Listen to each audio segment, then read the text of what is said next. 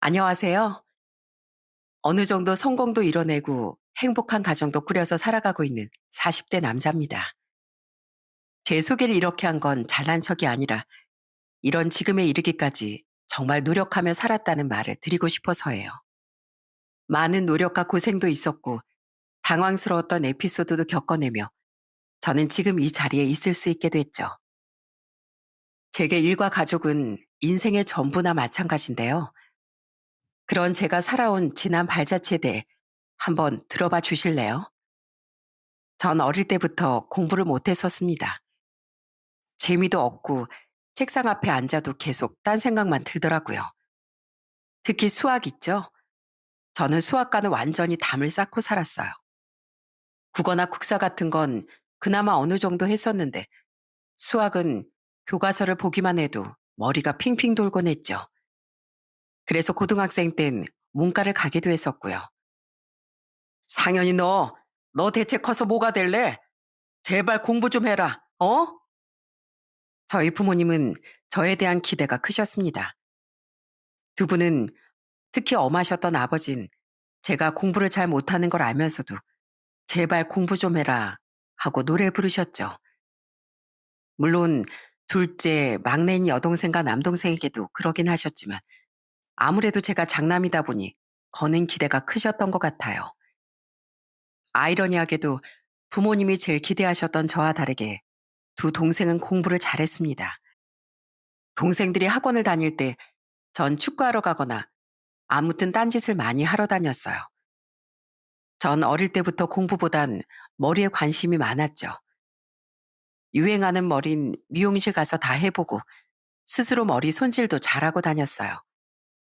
멋부리기 좋아하는 친구 녀석들 머리도 잘 만져줬고요.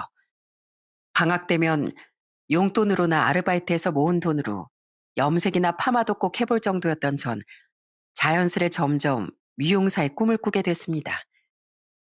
가부장적이었던 부모님, 특히 아버지께 말씀드리지 못했었지만요. 부모님은 매번 제 머리를 보며 잔소리를 하셨어요. 아무리 방학이라지만 너 머리가 그게 뭐야? 이 아버지 뒤로 넘어가신다. 넘어가셔. 당신 말 한 번 잘했어. 내가 안 그래도 저놈 이번에 염색하고 온 거 보고 뒤로 넘어져서 코가 깨져왔어. 아버지, 무슨 뒤로 넘어져서 코가 깨져요. 그만큼 환장을 했다 이 말이야 이놈아. 넌 왜 하라는 공부는 안 하고 허구한 날 머리만 만졌어? 네가 기집애야?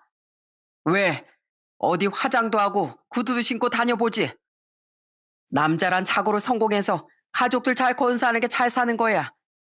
근데 맨날 머리만 붙잡고 왜 그렇게 가시네처럼 살아?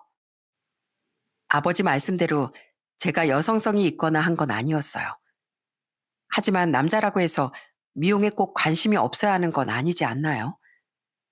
하긴 요즘에야 그런 인식이 많이 퍼졌지만 그때만 해도 저희 아버지처럼 생각하는 사람들이 훨씬 많긴 했어요. 그래도 미용사라는 직업은 여자들이 하는 경우가 많았지만 당시엔 남자 미용사도 꽤 생기던 추세였어요. 그랬기에 전 계속 미용사라는 꿈을 꾸며 결국 대학 진학을 하지 않았어요. 그러자 집에선 완전히 난리가 났죠. 대학을 안 가?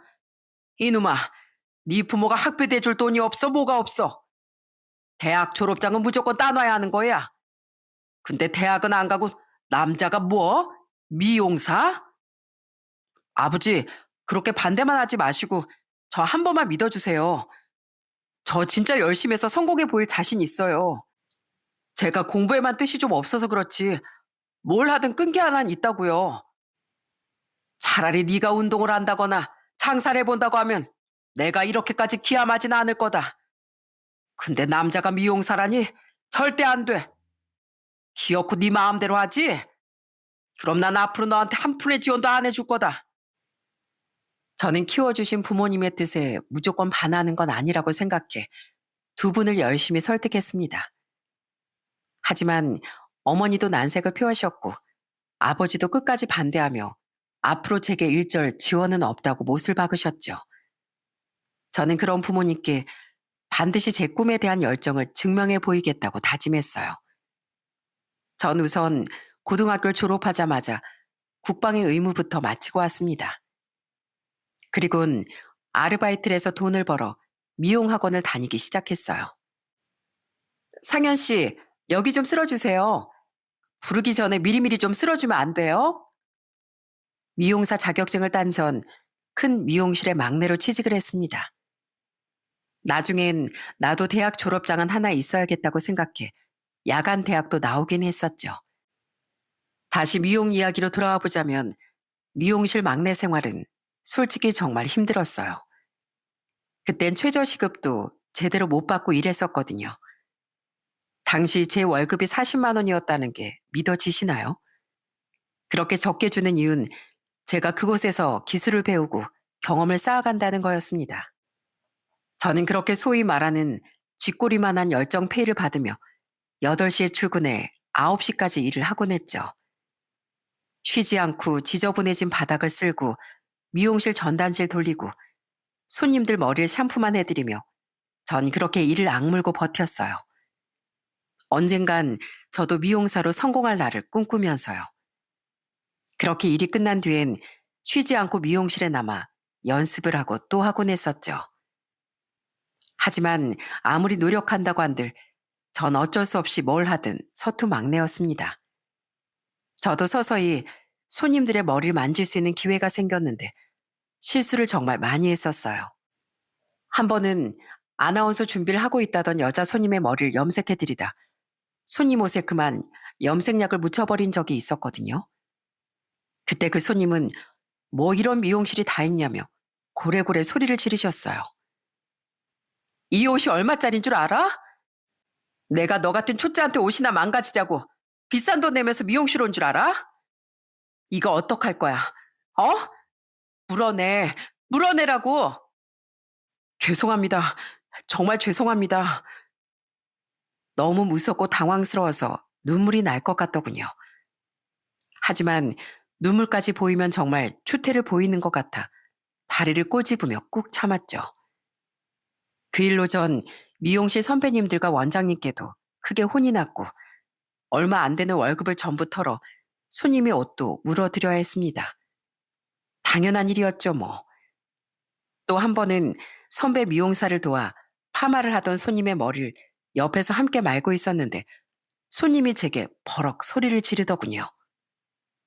살살 하라고요 좀. 내 머리를 말고 있는 거예요? 다 뽑고 있는 거예요? 죄송합니다. 나름대로 파마를 짱짱하게 해드리고 싶었던 건데 그게 손님에게 불편을 끼쳐드렸던 겁니다. 경험 부족이었던 거죠. 선배님은 절 째려보며 손님께 사과하셨어요. 그날 전 손님에게도 실컷 욕을 얻어먹고 그 선배님에게도 따로 불려가 정말 많이 깨졌습니다. 망하려면 혼자 망하지 왜 나까지 욕을 먹게 만들어? 어? 그렇게 서러운 일들이 많긴 했지만 그래도 손님들이나 선배님들을 전혀 원망하진 않았어요. 제가 실수해서 혼난 거고 비록 말의 수위가 셀 때가 있긴 해도 다 제게 피가 되고 살이 되는 야단들이었거든요. 이런 일들 외에도 손님께 샴푸를 해드리다 귀에 물이 들어가게 해서 욕을 먹었다든지 하는 등 정말 깨지고 또 깨지며 저는 경험을 쌓아갔습니다. 물론 제게 친절히 대해주신 손님들도 계셨지만요. 그렇게 전 눈물과 고생 위에 경력을 차근차근 쌓아나갔죠. 조금씩 오르던 월급과 함께 절 보람차게 만들어줬던 건 제가 해드린 머리를 마음에 들어하며 고마워하던 손님들의 인사였어요. 그런 모습을 볼 때면 아, 내가 이런 보람을 기대하며 이쪽 길에 들어섰지 하는 마음이 들곤 했었죠. 어머니, 아버지, 제가 월급 모아서 산 선물이에요. 요새 월급이 많이 올라서요.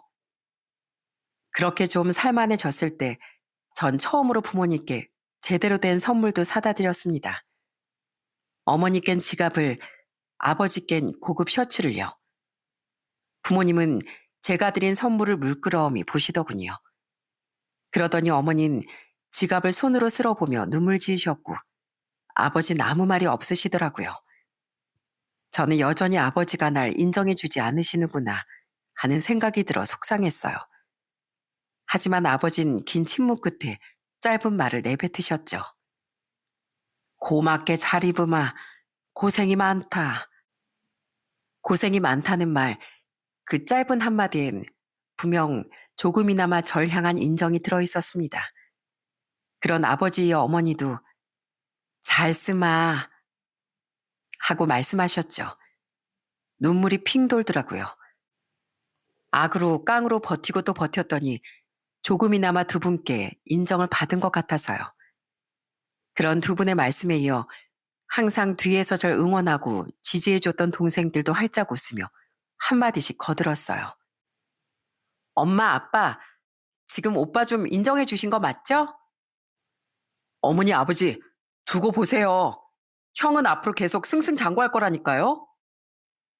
하지만 아버진 저를 완전히 인정한 건 아니셨기에 헛기침을 하며 그냥 방으로 들어가셨어요. 어머니도 더 이상 아무 말씀이 없으셨고요. 이후 동생들은 저와 달리 좋은 대학을 나와 좋은 직장에 다니게 됐는데 그래도 항상 절 그렇게 치켜 세워주더라고요. 오빠, 형을 존중해주는 동생들에게 참 고마웠죠. 그렇게 전 가족에게도 세상에게도 저라는 사람을 증명해내기 위해 정말 열심히 노력하며 살았어요. 그렇게 성장하며 어느덧 전 어엿한 헤어 디자이너가 되었습니다. 강남 쪽의 미용실에서 일하며 모델이나 연예인들의 머리도 많이 해주고 출장도 다닐 정도로 인지도가 꽤 높아졌죠. 그리고 제 나이 30대 중반의 어느 날 생전 처음 어머니가 제게 머리를 부탁하시더군요. 그럼 제가 내일 예약 잡아놓을게요. 꼭 오셔야 돼요, 어머니. 꼭이요. 어머니가 제 일터에 방문해 제게 머리를 맡기시겠다는 건 그래도 아들이 미용사 일을 하는 걸 온전히 인정해 주신다는 뜻 아니겠습니까? 그렇게 다음날 당시 제가 일하던 미용실에 오신 어머니의 머리를 만지는데 평소와 달리 참 떨리더군요. 어머니께 꼭 멋진 모습을 보이고 싶었거든요. 그리고 완성된 자신의 머리를 본 어머니는 활짝 웃으며 이렇게 말씀해 주셨어요. 우리 아들 손이 참 야무지구나. 고맙다. 아주 마음에 쏙 드는구나. 어머니께 칭찬을 들으니 정말 뿌듯하더라고요. 그날 어머니는 먼저 집에 가시라는데도 제가 끝날 때까지 기다렸다가 같이 가고 싶으시다며 뒤에 앉아 절 기다리셨어요.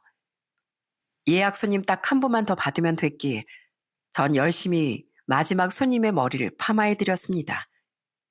그런데 문제는 그 손님이 완성된 머리를 보자마자 심하게 컴플레인을 걸었다는 거예요. 이게 뭐야? 폭탄 맞았어요, 지금? 네? 손님이 원하셨던 파마 컬이지 않으셨나요? 손님이 마음에 안 든다면 문제가 있는 거죠. 내가 마음에 안 든다고요, 내가. 이게 뭐야? 머리는 머리대로 망하고 머릿결도 다 상하고. 이거 어떡할 거예요? 나 이거 돈 못 내요. 그 손님은 절대 돈을 못 낸다며 소리 지르고 원장을 부르고 난리가 났습니다. 그때 다른 미용사들도 입을 모아서 했던 얘기론 그 손님의 머리가 정말 잘 됐었다는 거예요. 전 정말 손님이 이렇게 하고 싶다며 보여줬던 사진과 똑같이 해드렸거든요. 그 손님은 그냥 돈을 내기 싫어서 일부러 진상을 피웠던 것 같더군요. 하지만 원장님은 손님이 무조건 왕이라며 그날 그 손님에게 제 머리까지 숙이게 하셨죠. 그리고 그 모습을 적나라하게 지켜본 어머니는 그날 집으로 돌아오며 정말 많이 우셨어요. 그러게 그냥 엄마 아빠 말대로 공부했으면 이런 모멸감을 안 당했을 거 아니니? 모르는 내가 봐도 머리가 얼마나 예뻤는데 왜 그런 말도 안 되는 억지에 네가 고개까지 숙여야 하니? 분해도 너무 분하다. 안 그래도 내가 맨날 염색약 묻은 네 옷 빨고 다리 퉁퉁 부어서 들어오는 너 보면서 얼마나 속상했는데 그 원장이란 사람이 제일 이상해. 왜 애꿎은 너만 참냐 이거야. 다들 넌 잘못한 거 없다고들 하는데.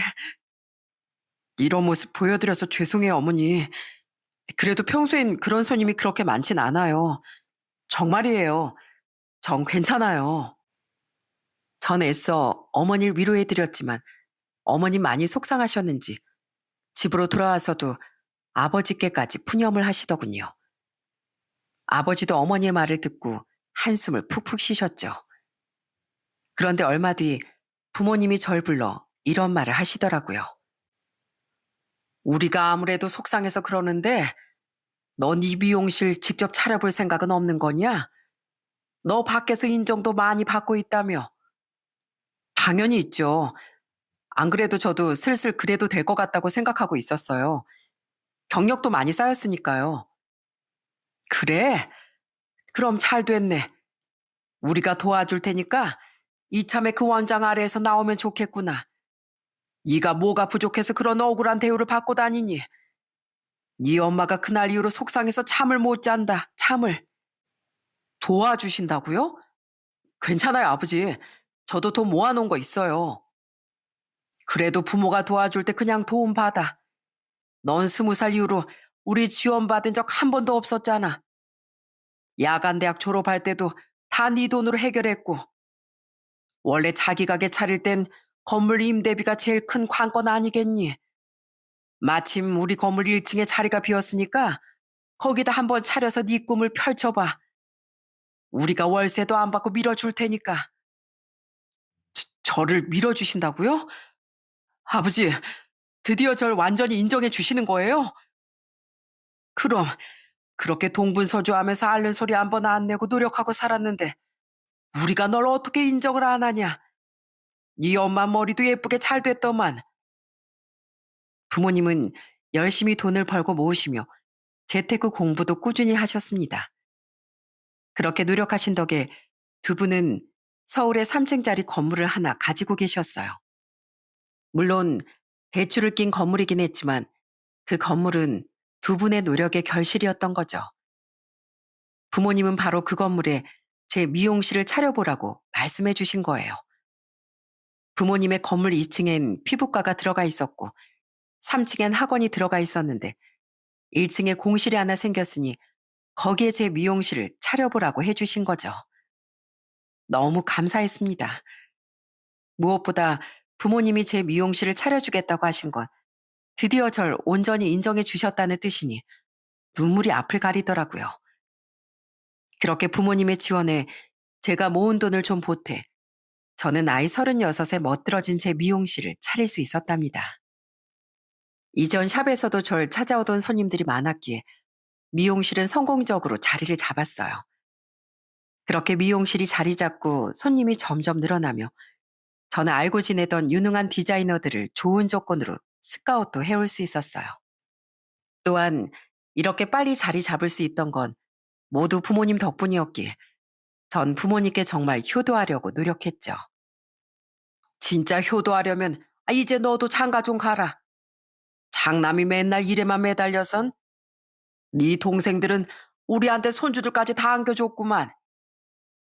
아버진 그런 제게 이렇게 툴툴거리시곤 하셨지만요. 아버지 말씀대로 전 일에만 매달려 사느라 일찌감치 가정을 꾸린 동생들과 달리 결혼을 못했었습니다. 물론 나름대로 연애도 하고 살긴 했지만 정착을 하지 못했던 거죠. 그러다 전 나이 30대 후반에 3살 어린 한 여자를 소개받게 됐어요. 친한 디자이너 친구가 제게 좋은 사람이 있다며 소개를 주선해 주더라고요. 그리고 탄탄한 중견기업에 다니고 있다던 그 여잔 처음 만난 날부터 제 마음을 사로잡았어요.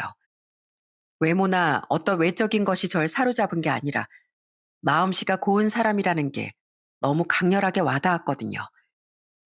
그 여자와 전 만난 지 얼마 안 되어 연인이 될 수 있었습니다. 여자친구를 처음 만났던 날에 대해 얘기해보자면 우린 처음 만난 날 스테이크와 파스타에 와인을 마셨거든요. 그런데 그만 지나가던 직원분이 발을 헛디뎌 넘어지며 저희 테이블에 있던 와인병을 쳐서 쓰러뜨린 거예요. 문제는 저는 괜찮았는데 와인이 하필 여자친구 쪽으로 쏟아져 여자친구 옷을 전부 버리고 말았다는 거죠. 죄송합니다, 손님. 괜찮아요. 옷이야 빨면 되는 건데 그쪽이야말로 괜찮으세요? 어디 좀 봐봐요. 세상에 발목이 부었잖아요. 그런데 여자친구는 자신의 옷보다 그 직원을 먼저 걱정해 주더라고요. 레스토랑에선 마지막까지 여자친구에게 사과하며 세탁비를 물어줬는데 여자친구 또한 마지막까지 레스토랑 사장님께 이런 부탁을 했습니다. 세탁비 정말 괜찮은데 일하다 보면 실수도 할 수 있고 그런 거죠. 아까 그분 많이 어려 보이시던데 혼내지 말아 주세요. 저는 정말 괜찮은데 너무 겁을 많이 먹으신 것 같더라고요. 병원에도 꼭 가보라고 좀 전해 주세요. 여자친구는 끝까지 그 직원을 걱정해 준 겁니다. 그런 선한 마음씨에 전 완전히 여자친구에게 반해버렸던 거죠. 이후 사귀게 된 여자친구는 만날수록 정말 진국인 사람이었어요. 저는 원래 돈을 모으는 건 좋아했어도 차에는 별로 관심이 없었거든요. 우선 제 미용실을 차리고 서울의 번듯한 아파트부터 한 채는 장만해야 차에도 신경 쓸 수 있는 거라고 생각해서요. 그래서 딱 이동수단으로만 생각하며 경차 하나를 8년 정도 타고 다녔었는데 예전 여자친구들은 제 차를 좀 창피했었어요. 돈도 잘 벌면서 좋은 차 좀 하나 사지. 귀좁고 조그맣고 이게 뭐야? 특히 강남엔 좋은 차들이 얼마나 많이 다니는데 하고 말하면서요. 그런데 여자친구는 제 경차를 처음 탔던 날 까르르 웃으며 좋아하더라고요. 차를 좋아한 게 아니라 덩치가 제법 있던 제가 그 작은 차 운전석에 타 있는 모습을 보고 귀엽다며 웃은 거예요. 오빠가 타니까 차가 꽉 찼네. 너무 귀엽다, 오빠. 행복도 마치 경차 같은 거 아닐까? 많은 걸 바라는 게 아니라 이 경차처럼 작고 소소한 것들을 바라면서 살면 행복감도 금세 이렇게 가득 찰 거 아니야. 그치? 이렇게 생각하니까 이 차에 타고 있는 것만으로도 엄청 행복해지는 것 같다. 나 이 차 자주 타도 되지? 그리고 이어진 여자친구의 말을 듣는데, 아, 이 사람은 삶을 정말 현명하게 살아갈 수 있는 사람이구나 싶어 다시 한번 반했었네요. 세상을 보는 관점이 정말 지혜로운 사람이라고 생각했거든요. 이외에도 여자친구는 연애하는 내내 절 배려하고 다정하게 대해줬어요. 저는 이런 사람과라면 평생을 함께하고 싶다고 생각해 연애한 지 2년 뒤 여자친구에게 청혼했죠. 진심이야? 반진 또 언제 샀어? 너무 예쁘다.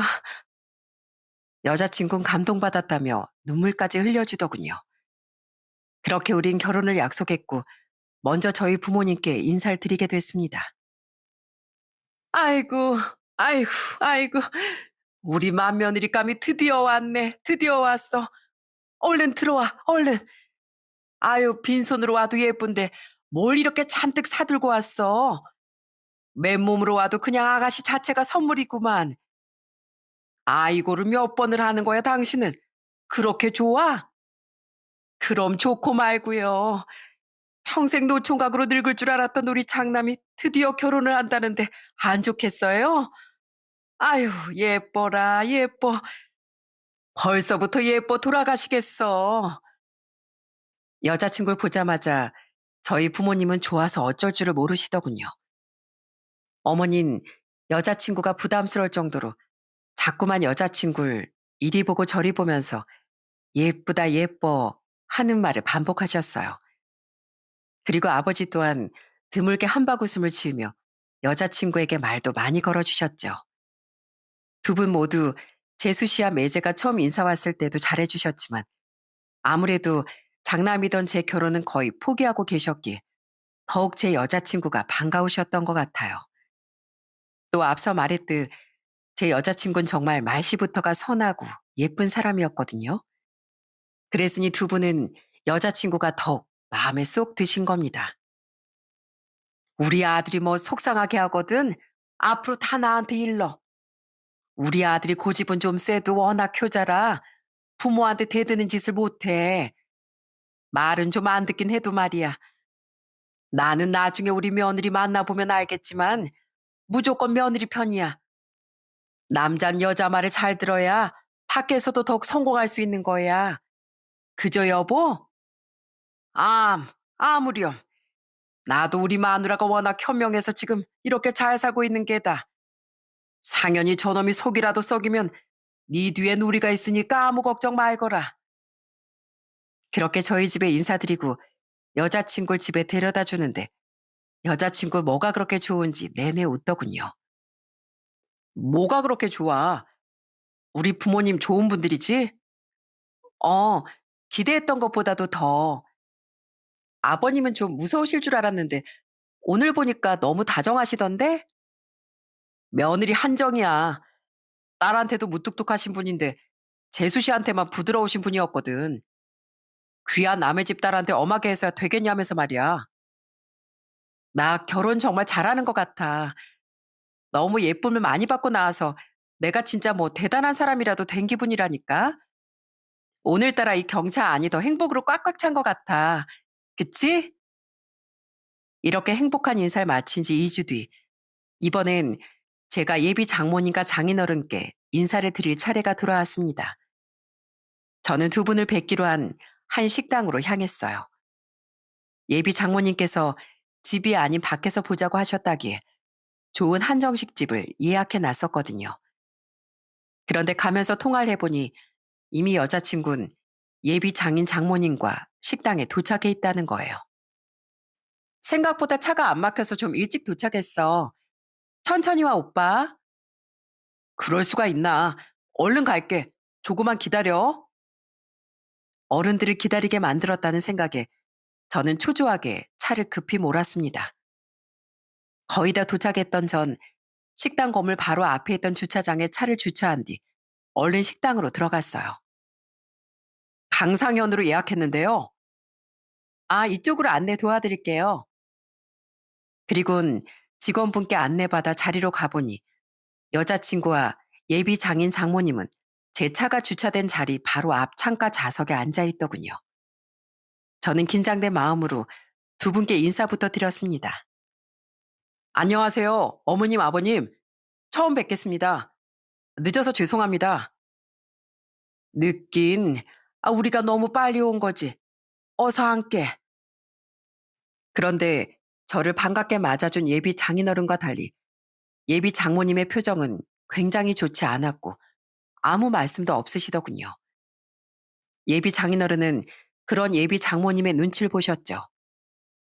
여자친구에게 미리 집안의 실세는 예비 장모님이라는 말을 들었었는데 그래서인 것 같더라고요. 여자친구가 말하길 한량 기질이 강하셨던 예비 장인어른 때문에 예비 장모님께서 혼자 돈을 벌며 집안을 이끌어 오셨다고 했었거든요. 그래도 예비 장인어른은 제 앞에서 민망했는지 흠흠 헛기침을 하며 분위기를 풀어보려고 애쓰셨어요. 아, 여보, 왜 사람을 불러다 두고 아무 말도 안 해? 엄마, 상현 오빠 민망하겠다. 왜 인사도 안 받아줘? 내가 지금 그럴 기분이겠니? 이 청년이 끌고 온 저 똥차를 봤는데? 자네, 자네가 방금 끌고 온 저 차, 자네 차 맞지? 저 낡고 오래돼 보이는 경차. 네? 아, 네. 거기에 이어 여자친구까지 자신을 채근하자 그제야 예비 장모님은 입을 여셨어요. 그런데 그 말이 얼마나 차갑고 황당했나 모릅니다. 예비 장모님은 갑자기 제 차를 똥차라고 비하하며 저를 차갑게 쳐다보시더군요. 그리곤 눈앞에 있던 물을 벌컥벌컥 들이키시더니 인상을 쓰고 말을 이으셨죠. 아휴, 나이 마흔도 넘은 사람이 차가 저 모양 저 꼴이라니. 이래서 내가 미용사라는 말을 들었을 때부터 마음에 안 들었어. 남자 미용사가 웬 말이야. 여자도 아니고 남자가 머리 자르는 일에서 몇 푼이나 번다고? 엄마, 그게 무슨 말이야. 뭔가 불만이 있었으면 진즉 나한테 말을 하지.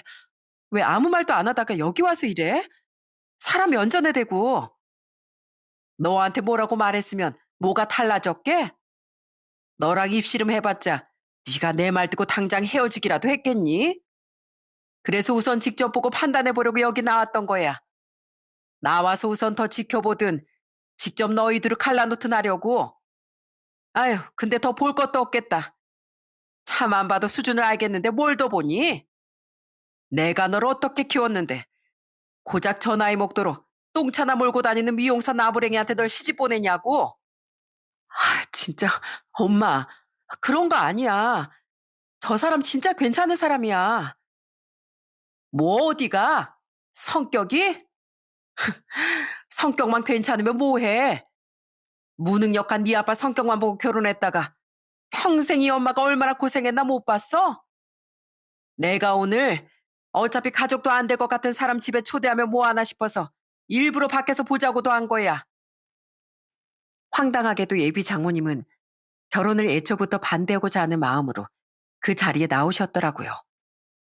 그래서 절 집에도 초대 안 하신 거고요. 정말 당황스러웠습니다. 그저 미용사라는 사실과 제가 몰고 간 차가 오래된 경차라는 이유만으로 저는 못난 남자 취급을 받게 된 거예요. 예비 장모님은 남자 미용사인 제가 당연히 돈을 얼마 못 벌 거라고 생각하고 계셨죠. 여자친구는 그런 거 아니라며 예비 장모님을 말렸지만 예비 장모님은 자꾸만 여자친구의 말을 막으려 제게 쏘아붙이셨어요. 자네 왜 아무 말이 없나? 자네가 생각해도 자네가 데려가기엔 우리 딸이 많이 아깝긴 하지? 성격이 야무지고 착해. 직장도 좋아. 우리 딸 같은 애가 세상에 어디 있어? 뭐 비록 우리 집은 좀 별 볼 일 없긴 하지만 그래도 고작 가난한 미용사한테 시집 보낼 수준은 아니지 우리 딸이. 자네 지금 하는 미용실 월세는 어느 정도 하나? 200? 300? 그거에 직원들 인건비까지 하면 돈이 어마무시하게 나갈 텐데 남는 돈은 있나? 없겠지. 그러니 그 나이 먹도록 저런 차를 타고 다니겠지. 안 그래? 엄마, 그런 거 아니라고. 무리하게 좀 굴지 마. 시끄러워. 내가 너처럼 중견기업 다닌 남자를 데려와도 널 아까워할 판에 어떻게 저런 사람한테 시집을 보내? 자네 한 달에 얼마나 버나? 차를 보아하니? 지금도 혼자 자기 한 몸 건사하기도 힘들어 보이는데 우리 딸이 애라도 나오면 그 애는 대체 무슨 돈으로 키울 건가? 어? 자네 지금 혹시 착해 빠진 우리 딸 꼬셔서 인생 좀 편하게 살아보려고 그러는 거야? 왜 꿀먹은 벙어리처럼 아무 말도 못하나? 자네가 생각해도 할 말이 없지? 난 자네랑 우리 딸 결혼 못 시키겠네. 어차피 가족도 못 될 사이인 거 최악의 얼굴 마주보고 밥까지 먹긴 좀 그렇겠지? 그러니 자네가 먼저 일어나게. 제가 그런 말을 들으며 아무 말도 못했던 건 너무 황당해서였어요. 사람이 너무 황당하면 말문이 막힌다는 말이 정말이더라고요. 제가 갑자기 왜 이런 취급을 당해야 하나 싶고 저희 집에서처럼 화기애애한 분위기를 생각하고 나왔으니 너무 당황스러워서 말문이 막혔던 거죠. 그리고 기어코 이 결혼 못 시키겠다는 말까지 한 예비 장모님의 말에 결국 여자친구가 먼저 소리를 빽 지르더군요. 엄마, 그만 좀 하라고 제발. 사람이 물론 돈이 다가 아니지만 우리 오빠 그렇게 능력 없는 사람 아니야. 연예인들 모델들도 많이 찾는 유능한 미용사고 오빠 미용실도 엄청 잘 돼. 차는 그냥 이동수단이라고 생각해서 차에 관심이 없는 사람이었을 뿐이야. 나보다 돈도 훨씬 잘 번다고. 그리고 월세? 오빠 월세도 안 내. 오빠 지금 오빠네 부모님 건물에서 미용실 하고 있는데 무슨 월세야? 뭐? 그렇게 유능한 사람이라고? 미용사가 그렇게나 돈을 벌어? 그리고 부모님이 뭐 건물주? 그래. 그런 거 먼저 인사시키고 차차 말해도 될 것 같아서 말 안 했었는데 엄마가 사람 조건만 지레짐작하고 이렇게 무리하게 굴 줄은 생각도 못했어. 오히려 서울 땅에 건물까지 갖고 있는 오빠 부모님이 날 반대하셨으면 또 몰라. 근데 오빠네 부모님은 나한테 엄청 잘해주셨단 말이야. 진짜 빨리 사과해. 내가 못 살아 정말. 오빠 정말 미안해. 여자친구는 처음 보는 울상의 모습으로 예비 장모님에게 화를 내며 제게 사과했습니다. 옆에 있던 예비 장인어른은 또다시 헛기침을 하며 이렇게 말씀하셨죠. 이 사람 성질머리하곤 난 처음부터 저 친구 굉장히 마음에 들었다고. 행여 저 친구가 진짜 능력이 좀 부족했다고 한들 우선 대화라도 나눠보지 참. 자식 가진 부모가 미안하네 상영군. 내가 대신 사과하겠네. 그렇게 장인어른의 사과까지 들으니 그제야 머리가 좀 돌아가는 기분이었어요. 예비 장모님의 얼굴엔 당혹감만이 가득했고요. 자신의 예상과 제가 너무 다른 사람이었다는 사실이 이번엔 예비 장모님의 말문을 막히게 한 것 같았죠. 저는 그런 예비 장모님께 덤덤히 말씀드렸어요. 제가 너무 당황해서 잠깐 입을 못 열었습니다. 어머님, 생각하셨던 것처럼 저 그렇게 능력 없는 사람 아니고요. 설사 그렇다고 한들 사람을 겉만 보고 그렇게 상처 주시는 건 옳지 못한 행동이라고 생각합니다. 제가 진짜 능력이 좀 부족한 사람이었다면 오늘 일은 평생 가슴에 상처로 남았을 거예요. 물론 경은이가 누구 옆에 데려다 놔도 넘치게 좋은 사람인 건 저도 잘 압니다. 하지만 저도 부모님이 소중하게 키워주신 귀한 자식이고 그건 저뿐만 아니라 다른 어느 누구도 다 마찬가지라고 생각합니다. 그러니까 저에게든 다른 사람에게든 앞으로는 이런 상처 안 주셨으면 좋겠습니다. 아니, 난 저기 그래도 사랑하는 여자친구 부모님이고 어른인데 이런 되바라진 말을 하는 게 맞을까 하는 고민 끝에 그런 말씀을 드렸던 겁니다. 여자친구와 앞으로 결혼을 하든 안 하든 간에 이유 없는 비난을, 그것도 자부심을 가지고 있던 제 직업에 대한 비난을 들은 일은 마냥 참고만 있기 싫더라고요. 솔직히 아무리 여자친구 부모님이라도 크게 실망도 했고요. 여전히 당황해 있던 예비 장모님은 계속 말을 더듬으며 제게 아무 말도 하지 못했죠. 결국 여자친구 벌떡 일어나 저를 끌고 그 자리에서 나오더군요. 엄마 오늘 진짜 큰 실수한 거야.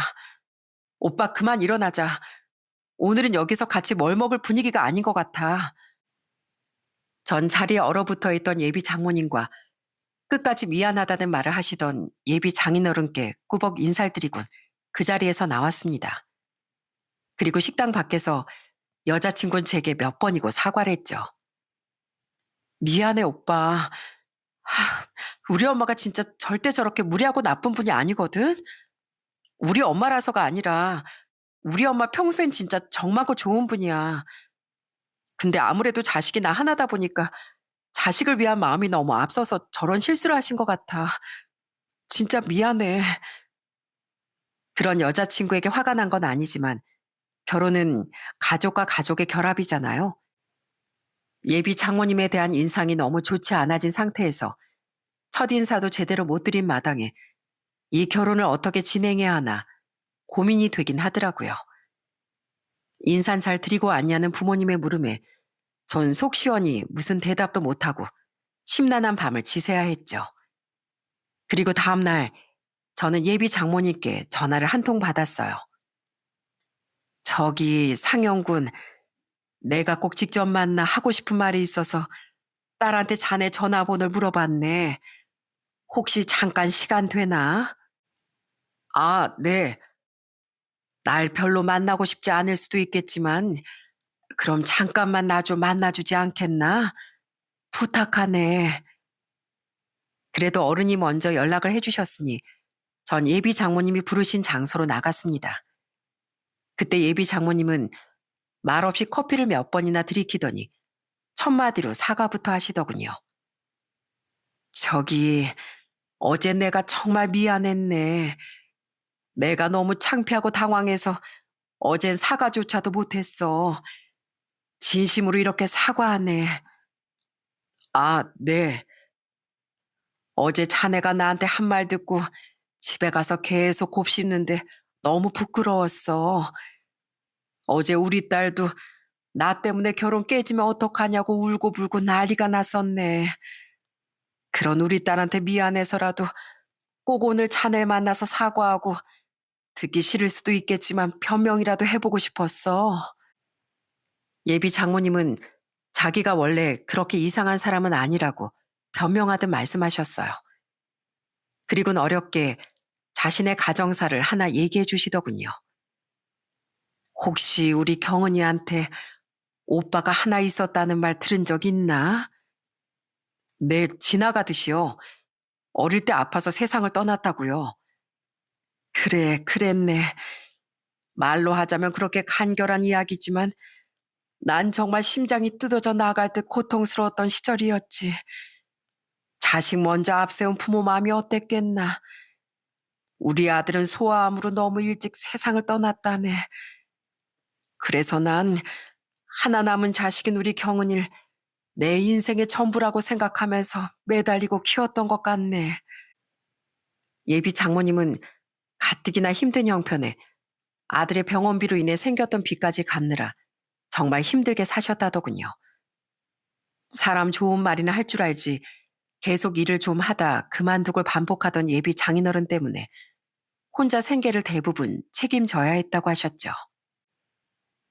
그 와중에 우리 착하고 똑똑했던 경은이한텐 내가 뭐든 다 해주고 싶어서 나는 일을 2개도 아닌 3개씩 하며 닥치는 대로 일을 했네. 그렇게 고생하고 살아선지 나는 뇌종양 수술도 한번 받아야 했고 친구도 거의 못 만나고 살았어. 그래도 매번 엄마 엄마 하며 내 걱정을 해주던 우리 경은이를 보면 또 막 살아갈 힘이 생기는 거야. 내 모든 영혼을 갈아 넣은 존재가 바로 우리 경은이네. 그런 우리 딸을 내가 못해도 우리 딸보단 잘난 남자에게 시집 보내고 싶었던 마음은 당연하지 않았겠나. 그렇게까지 자세한 이야기를 들으니 예비 장모님이 왜 그렇게 제게 표독스럽게 굴었는지 조금은 이해가 가더군요. 그리고 그 뒤에 이어진 예비 장모님의 말을 들으니 더더욱 그 마음이 이해가 되더라고요. 그런데 갑자기 결혼할 남자가 미용사라는데 워낙 옛날 사람이었던 난 당연히 자네가 아주 능력 없는 사람일 거라고 생각해서 크게 실망했었어. 그리고 자네가 몰고 온 차를 본 순간 머리가 정말 하얘지더라고. 내가 말했지? 내가 능력 없는 남편 때문에 얼마나 고생하고 살았는지. 그 인간이 내가 한번 뇌종양에 걸리고 나서야 뉘우치고 좀 사람이 된 거지. 그 전에 날 정말 힘들게 했었네. 근데 우리 딸이 내 팔잘 닮을 것 같다는 생각이 딱 드니까 무리고 부리고 가릴 여유가 없었던 거야.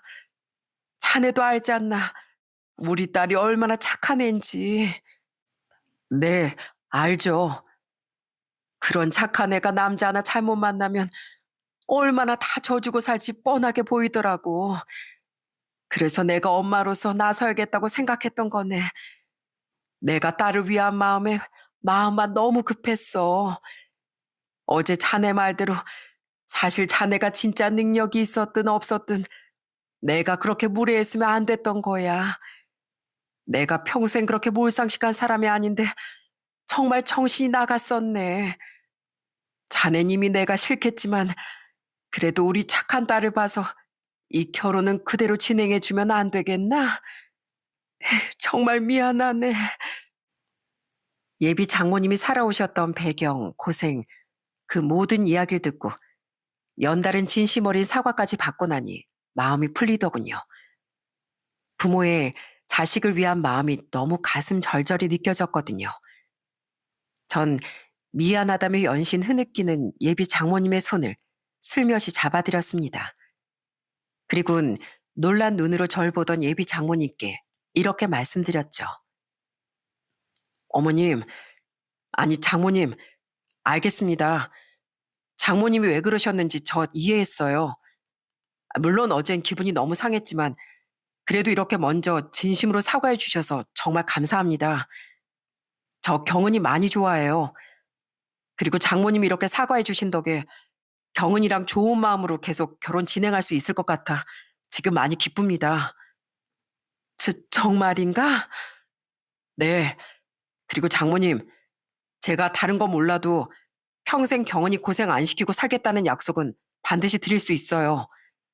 저요, 저희 부모님도 반대하시더니 미용사라는 직업을 선택한 뒤로 집에서 도움 한 푼 안 받고 독하게 실력을 갈고 닦았어요. 그래서 결국 나름의 명성도 얻고 미용사를 반대하셨던 부모님께 인정받아서 지금 2분 건물에서 미용실 할 수 있도록 지원도 받을 수 있었던 거고요. 저 그렇게 스스로 성실하다고 자부할 수 있는 놈이에요. 그러니까 장모님도 딸 걱정 내려놓으시고 저 믿어주세요. 제가 경은이 꼭 행복하게 만들어주겠습니다. 그래, 고맙네. 고마워. 내가 우리 딸 남자 보는 안목을 믿었어야 했는데 내가 어리석었네. 정말 고마워. 그렇게 예비 장모님이 용기 내주신 덕에 저는 결혼을 다시 진행할 수 있었어요. 예비 장모님과 이를 제게 전해드린 여자친구는 눈물을 뚝뚝 흘리며 기뻐하기도 하고 또 가슴 아파하기도 했죠. 우리 엄마가 그런 얘기까지 다 하면서 사과하셨어? 사과하신 거야 다행이지만 그렇게 나밖에 모르고 산 엄마를 생각하니까 눈물이 안 멈춰. 우리 엄마 사과 받아줘서 정말 고마워, 오빠. 그렇게 예비 장모님과 화해한 후 예비 장모님은 이번엔 정식으로 절 집으로 초대해 주시더군요. 상다리가 부러지도록 진수성찬을 차려서요. 그때 괜히 어색했던 분위기를 풀어보려 예비 장인어른은 이런 농담을 하시더라고요. 집에 초대해서 이런 진수성찬까지 대접해 주는 걸 보면 이젠 상영군을 가족으로 받아들이기로 한 거지? 그걸 말이라고 해? 내가 너무 미안해서 음식 가짓수를 하나 늘리고 또 하나를 늘리고 하다가 이만큼이나 했어. 상영군, 아니, 강서방, 아직 못 내놓은 음식도 또 있으니까 마음껏 먹게. 내가 전엔 정말 미안했네. 그렇게 전 그날 배가 터지도록 음식을 대접받고 집으로 돌아오는 길에 소화제까지 먹어야 했습니다. 비록 속은 더부룩했지만 이젠 진짜 여자친구와 곧 가족이 되겠구나 하는 생각에 기분만은 날아갈 것 같았죠. 이런 작은 우여곡절 끝에 여자친구와 전 100년 가약을 맺고 부부가 되었어요. 그렇게 결혼한 지 지금은 3년 정도가 지났습니다.